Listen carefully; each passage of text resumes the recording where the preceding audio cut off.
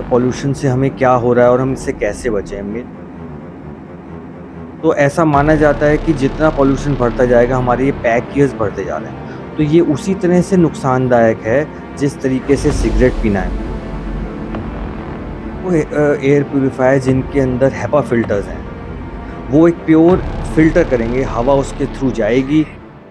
जिस तरीके से देखें तो 400 प्लस जो है एक्यूआई पहुँच चुका है। दिल्ली एक तरह से गैस चैम्बर बन गई है और ऐसे में अब लोगों की सबसे बड़ी प्रॉब्लम यही हो रही है कि इस बढ़ते प्रदूषण से कैसे अपना बचाव करें, क्योंकि कहीं न कहीं लोग यहाँ से निकलने की भी कोशिश कर रहे हैं। तो आप क्या बताना चाहेंगे कि जो दिल्ली गैस चैम्बर बन गई है, उसको लेकर क्या सजेशन देना पहली चाहेंगे? चीज़ तो जो आपने निकलने वाली बात की, अगर हमारे पास ऑप्शन है, तो हमें अपने आप को रिलोकेट कर लेना चाहिए, बिकॉज़ ये हमने देखा है कि ये सालों दर साल ये प्रॉब्लम चली रही है।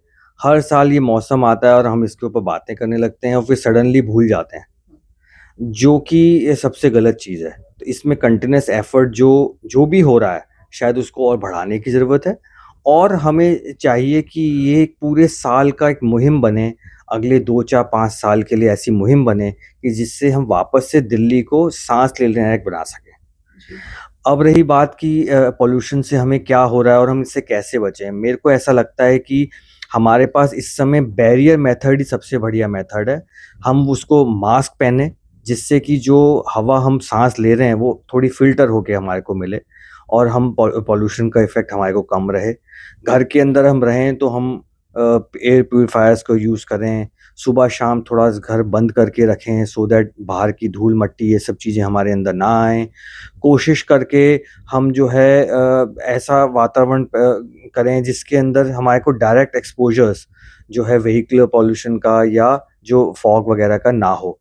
सुबह-शाम जो लोगों को आदत है और जो रेगुलरली एक्सरसाइज़ वगैरह करने जाते हैं, उनको कोशिश करनी चाहिए कि अर्ली मॉर्निंग अवॉइड करें। क्योंकि उस समय फॉग की वजह से स्मॉग हो जाता है और स्मॉग जो है एक पॉल्यूशन को ट्रैप कर लेते हैं वाटर ड्रॉपलेट्स हवा के, तो वो लोअर लेवल के ऊपर ज़्यादा रहता है। तो जब धूप निकल जाए, जब फ स्मॉग फॉग खत्म हो जाए, तब हम करें तो ज़्यादा बेटर है, या हम शिफ्ट कर जाएँ अपने आप को इंडोर एक्सरसाइज़ेज़ के ऊपर। जी, बात करें एक बहुत बड़ा तबका हमारा रेहड़ी पटरी वाला भी है। हम जिनके पास ये सारी सुविधाएँ हैं एयर प्यूरीफायर खरीदने की ये सब, तो वो तो अपना ख़्याल किसी न किसी तरीके से रख सकते हैं। लेकिन जो चौबीसों घंटे बाहर हैं, उनके लिए क्या आप सजेशन देना चाहेंगे? देखिए उन उन उनके लिए भी देखो सजेशन तो सेम रहेगा कि उनको मास्क पहनना चाहिए। मास्क एक बहुत तरह के आते हैं, कपड़े का मास्क भी होता है। किसी भी तरीके का आप मास्क पहनोगे, कुछ तो आपको बेनिफिट देगा ही वो, है ना? तो मास्क पहने। दूसरा जो है, उन लोगों से मेरी सलाह रहेगी कि भई आप फॉसिल फ्यूल यूज़ ना करें, लकड़ी जलाना, पत्तियाँ जलाना, ये सब चीज़ें ना करें, क्योंकि वो पॉल्यूशन तो पहले है ही है।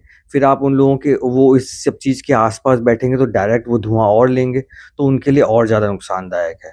तो मैं उनको कहूँगा, साथ-साथ मैं ये कहना चाहूँगा कि ऑलरेडी आप दिल्ली शहर में रह के पॉल्यूशन की वजह से धूम्रपान कर रहे हैं, एक तरीके से, तो खुद धूम्रपान ना करें और उसको बंद कर दें।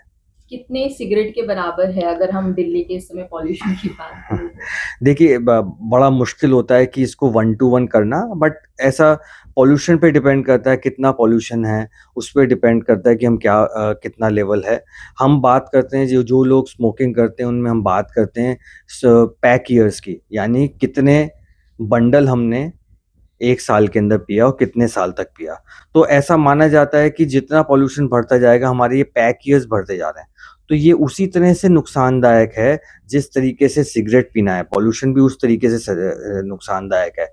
उसी तरीके से जितना लंबा हमारा एक्सपोज़र पॉल्यूशन का होगा, उतने लंबे चांसेज़ हैं कि आगे जाके हमारे को साँस की तकलीफ़ हो और अस्थमा जैसे सीओपीडी जैसी तकलीफ़ हो, खाँसी रहने लगे और कुछ लोगों में तो कैंसर भी हो सकता है। तो ये एक्सपोज़र पे डिपेंड करता है कि हम कितना टाइम और कितनी हाई इंटेंसिटी में हमारा एक्सपोज़र है। सर आप प्यूरीफायर के बारे में बता रहे थे कि क्या टाइप्स हैं इसके और क्या नुकसान क्या ये भी दे सकता है हमें?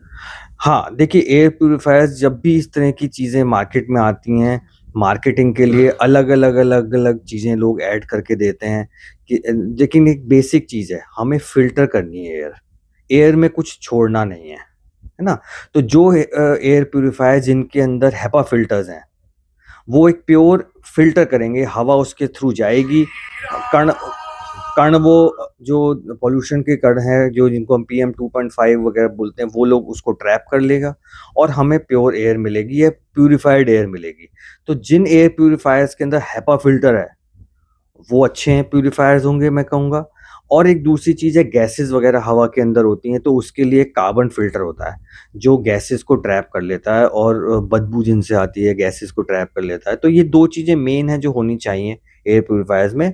आयोनाइज़र्स वगैरह ये जो चीज़ें हैं, ये शायद इतनी अच्छी नहीं है, बिकॉज़ जब हम लंबे समय तक आयनाइज़्ड हवा जिसमें हम कम बंद कमरे में यूज़ करेंगे, तो वहाँ ओज़ोन की मात्रा बढ़ जाती है हवा में, तो वो शायद शरीर के लिए, हमारे सेहत के लिए नुकसानदायक हो सकती है। जी, तो ये थे हमारे साथ गंगाराम हॉस्पिटल के चेस्ट स्पेशलिस्ट उज्ज्वल पारिक जी, जिन्होंने बताया कि किस तरीके से आप ये इस दिल्ली के प्रदूषण में अपना बचाव कर सकते हैं। बाकी इस तरह की और तमाम जानकारी के लिए बने रहिए मेरे साथ, सरिता के साथ। देखते रहिए द फ्रीडम न्यूज़।